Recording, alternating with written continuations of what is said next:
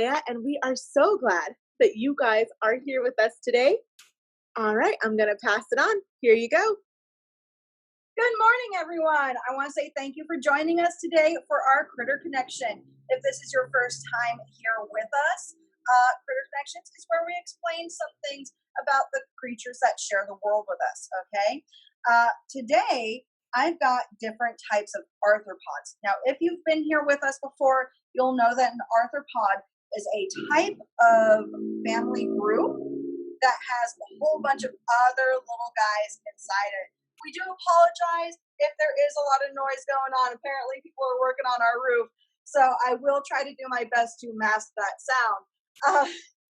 So with arthropods, you can think of it like the cat family or the dog family, where there's the big umbrella term, but then you've got like tigers or lions or wolves or dogs, okay? So with our arthropods today, we have some millipedes, some beetles. We also have a centipede to kind of compare to our millipede, and some isopods. Now, I know some of those words are a little bit weird to you, but we'll get into it when we start going through these animals. Grace, do you have one that you want to start with? Okay, guys. Oh my goodness. Let's start right here with our blue death feigning beetle. Oh, the blue death feigning beetle. I love this guy. Whoop. So, this is a native of the Sonoran Desert. So that is like parts of Mexico, parts of California. And these guys, they look blue, but they're actually not blue. They're considered a darkling beetle, which means that when he gets wet, he will turn completely black because that's his normal color. This blue color is actually something that he secretes. So it's kind of like he sweats it out. And that blue coloring helps protect him from the sun, much like sunscreen helps us. And it also helps with one of his defenses. Now, he's called a blue death feigning beetle. And it sounds a little scary when you focus on that word death, but the real important word there is feigning. Feigning means pretend. So he will pretend to be dead. And since he is that color blue, most animals, when he just flips over and pretends to be dead, and he is already that color blue, the other predators are like, whoa, we don't know why this just dropped over. It does not look healthy. And that's usually enough time for this guy to kind of let the predators walk away.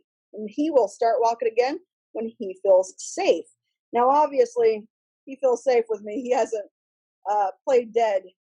And I do handle these guys a lot, so I'm pretty used to them crawling all over. Very characteristic of an insect, our blue death feigning beetle has the 3 different body parts, the cephalon, the thorax, and the abdomen.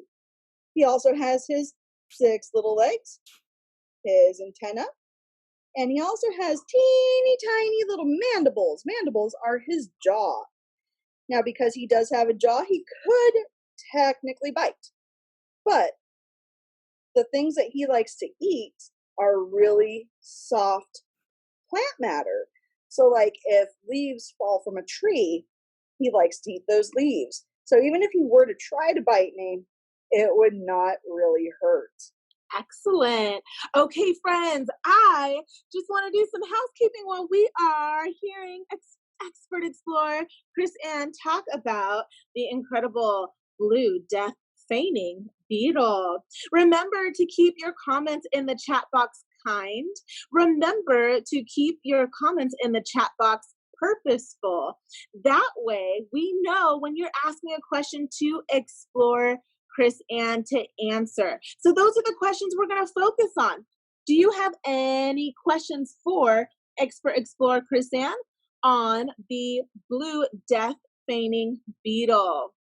On the blue death feigning beetle, we want to make sure that we're not typing random things into the chat because it's harder to look at the questions that people will have. And we want to make sure that we answer questions. Okay, one of our friends is asking, what does it eat and how many legs does it have? So he has 6 legs, 3 on each side. See, 1, 2, 3, 4, 5, 6.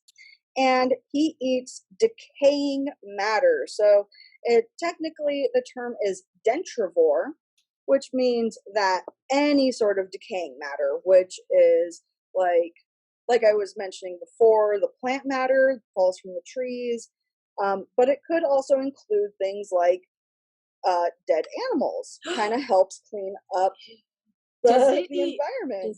Does it eat poop? Is that a thing? You know what? Oh my I goodness. have never heard of these guys eating poop. Okay. There are some cousins of his that are called dung beetles, and some of them do eat poop. Some of them also lay their eggs in poop, and some of them just live in the poop. So, but that's not this little guy here. He is not a dung beetle. All right. Thank you for answering that. Please review how many legs it has, and does it have antenna? And what are the antennas for? So he has 1, 2, 3, 4, 5, 6 legs. He does have antennas. It's those little things that are kind of going all over the place right there on my fingernail. And those are to help him kind of feel where things are, but also kind of helps him smell things. So what he's using those for is to make sure that, maybe something is food or is not food, or if it's safe to go there or not go there.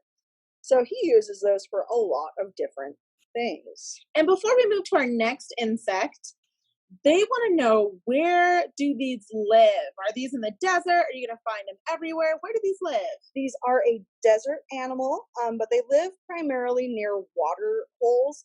So the desert that they live in is the Sonoran Desert. I live in the Mojave Desert, which is very close to the Sonoran Desert. The Sonoran Desert is in parts of Mexico, parts of California. And we have a friend asking, does this drink blood? I can answer that one. No, that's not what it's looking for. Let me tell you, this guy's little jaws are so weak that even if he tried to bite me to do anything, it would not even break the skin. Right. I'm with Garrett. So cute. I love the blue death feigning beetle. Excellent questions, friends. If we did not get to your question this time around, that is okay. We're moving on to our next insect, and I will let you know what eats the blue death feigning beetle. What is coming after it? Which thing do you want to see next? Before we pull out the next thing, what eats a blue death feigning beetle? Oh, lots of different things. So this is pretty much a prey animal. So definitely other types of insects will eat it. Birds will eat it. Pretty much anything. Excellent. Okay. I see several things just crawling around in here, guys. I don't know what they are. Expert Explorer Krysan is going to tell us. These look like beetles, all kinds of beetles. What's going on in here? They do kind of look like beetles, but these are not beetles. These are actually isopods. And I know you guys heard me use that term earlier. Isopods are another type of arthropod, okay? And there are a lot of these in the world. You see that I've got like 3 different types right here. Everyone who's crawling all over the place. Come back here, silly. Did you say arthropod? Arthropod. Remember that family that holds the insects and the arachnids and crustaceans and even isopods. Now, there are a lot of isopods that live in the ocean, okay? There's actually something called a giant isopod, and it is super giant. I wish I could get this guy to stop crawling around long enough to show you what he looks like underneath. But these guys, even though they look a lot like the beetles, they're not beetles. What's one thing that you notice that is different about the body shape here, Grace, from that beetle? From the blue death feigning beetle? Yep. One that looks like it's going to curl up. It does look like it's going to curl up because of all those segments, right? It looks like it has a lot more legs.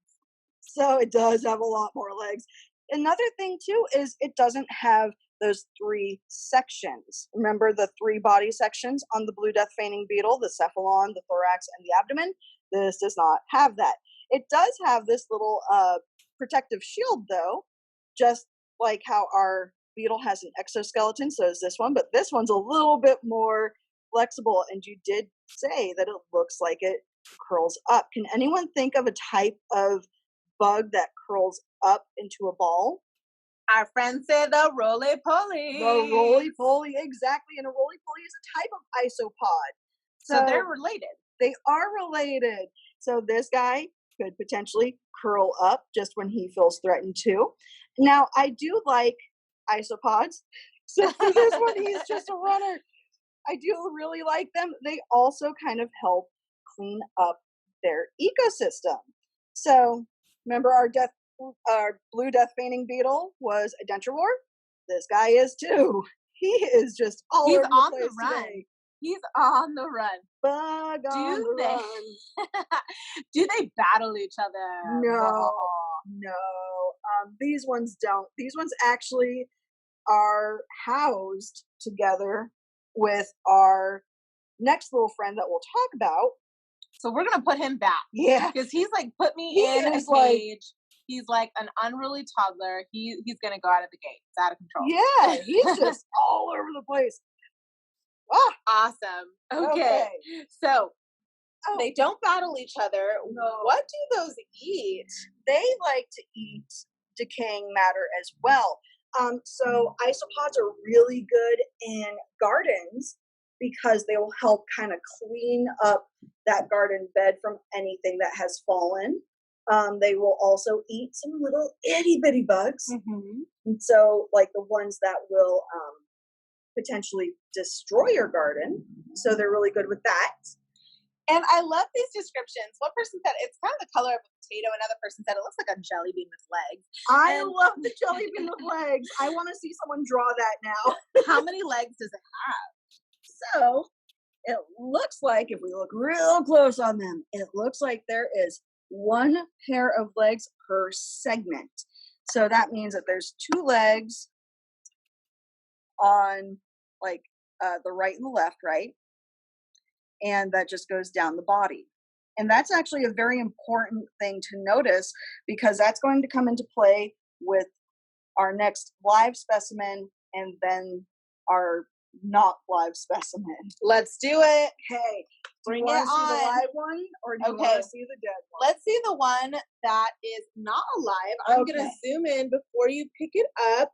Friends, what do you think this is? I love that a lot of friends in our chat box are using the chat box for purposeful comments. Excellent job, friends. I love that we're not typing random things in the chat box. We're actually asking questions about the observations that we're making.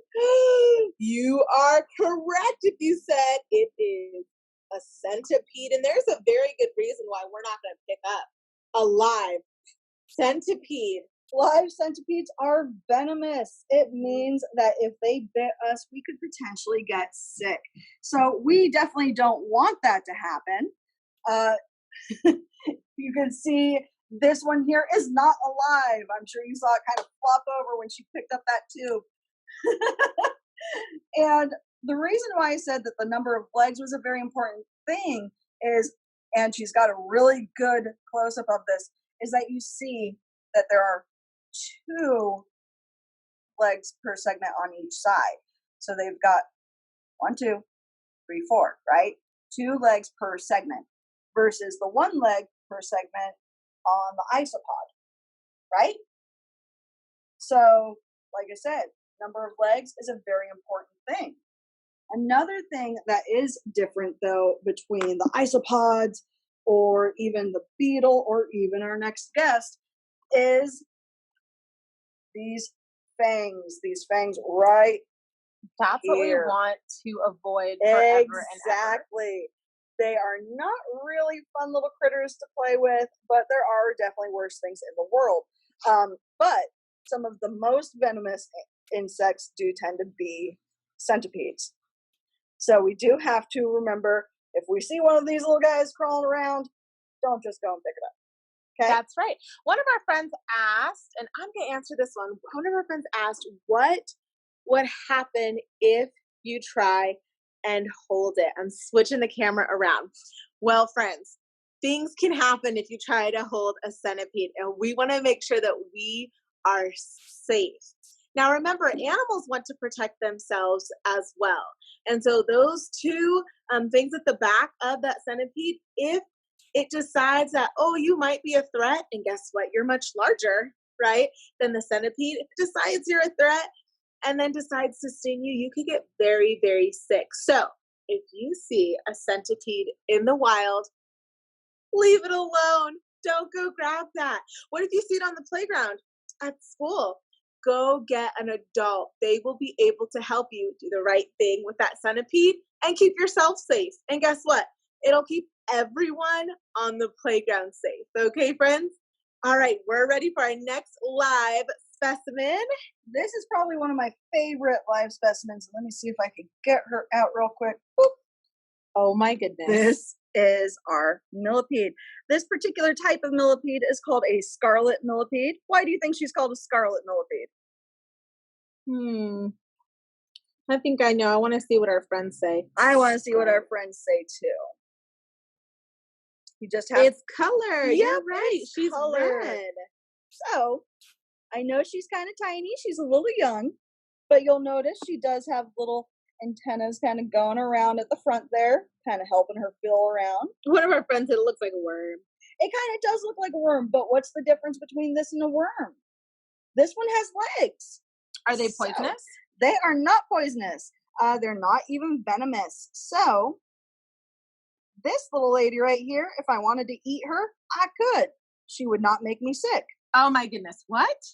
So there is a difference between a poison and a venom. Venom has to be injected into you somehow, either through a bite or a sting, and a poison has to be ingested. So you have to either eat it, drink it, or breathe it in, okay?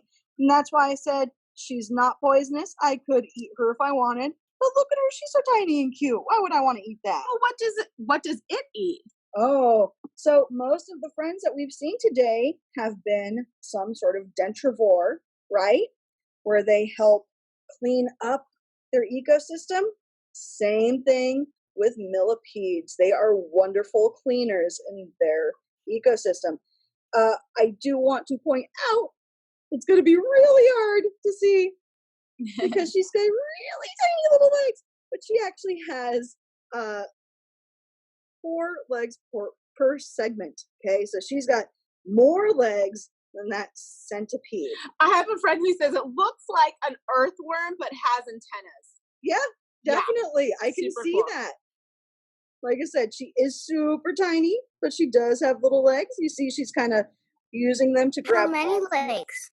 Can you have these as a pet? And let's remember, friends, we're going to stay on silent. We're going to mute ourselves because there are so many of us in the Zoom call today. You definitely can have these. Millipedes are very safe to handle. They're very good for your garden, once again, if anyone's into that. You could even keep centipedes as pets, but you don't tend to hold them like this, right? Most millipedes don't even like this. It tends to stress them out, but I think she's doing pretty good. If she got stressed out, she would do 2 things. She would either kind of roll up into a little ball, not quite like the roly-polies, but kind of like snakes where they coil around. The other thing that she could do is she could excrete something onto me, which would then stain my finger yellow for like a day or 2. Now, are these related to centipedes? In a very broad sense, just because they are both arthropods, but they are part of different scientific families within the arthropods. Are they related to worms? They are, well, same sort of thing. They are still arthropods, but they are not. Millipedes are their own little family, just like centipedes are their own family. Excellent. Okay, friends, I am going to have Expert Explorer Krysan put our lovely millipede back in its temporary home. Do I have to? She's so cute. I know, she's so cute. We're going to go over favorites. And before we go over favorites, one person asked, how many legs does it have? Dun, dun, dun. Like I said, it is hard to see because she's so tiny. She's like, hey, you hit me with the camera. She has 4 legs per segment, okay? Remember, our centipede has the 2. So Per segment. per segment. So all of these like little bands, those are all different segments. Excellent. All right. But I will tell you, contrary to popular belief, millipedes don't actually have a million legs. The most legs that have ever been seen on a millipede have been about 900. Okay, 900. Very good. What are you Excellent. doing? You guys are so awesome. She doesn't want to get off of me. Yep, she's struggling to get her back in her temporary home, her little bug hotel there. Before we talk about favorites, so let us know. I'm going to turn this camera around. Let us know, what is the most favorite fact that you've learned today? What did you learn today that makes you go, whoa, I did not know that before? Share it with us in the chat box. You guys have been an excellent audience. I think we have some teachers in the audience today. Teachers, it is your week. You are so incredible, and we are so grateful for your dedication, for your heart, for your endurance to finish this school year strong. Thank you so much for all that you do. Students, thank you for tuning in today. We're going to start calling out. So some friends said that they didn't know that centipedes were venomous. Some friends said that they didn't know centipedes are not related to millipedes. A lot of people don't know that one, so you're still in good company. Yes. They're saying it was really cool. Thank you so much. Thank you, Diamond. Thank you, Grayson. Thank you, Lewis. Oh, thank you, Garrett. Awesome. You guys are so fantastic. I'm going to turn it over to Expert Explorer Krysan so that she can say her goodbyes. And as far as for me, Grace Leah from the Las Vegas Natural History Museum, thank you so much for tuning in today. There you go, friend. Thank you guys so much for coming today. I hope you learned something new. I know a couple of you guys said that you had. I am always excited to share some of our animals with you because I just love our animals. Animals are amazing. Now, I do always want to recommend that if you ever see an animal in the wild, even though you may have seen me handling one here, please, please, please remember, don't pick up wild animals. It is best to leave them where they have been. But once again, thank you so much for coming, and we will see you soon. Happy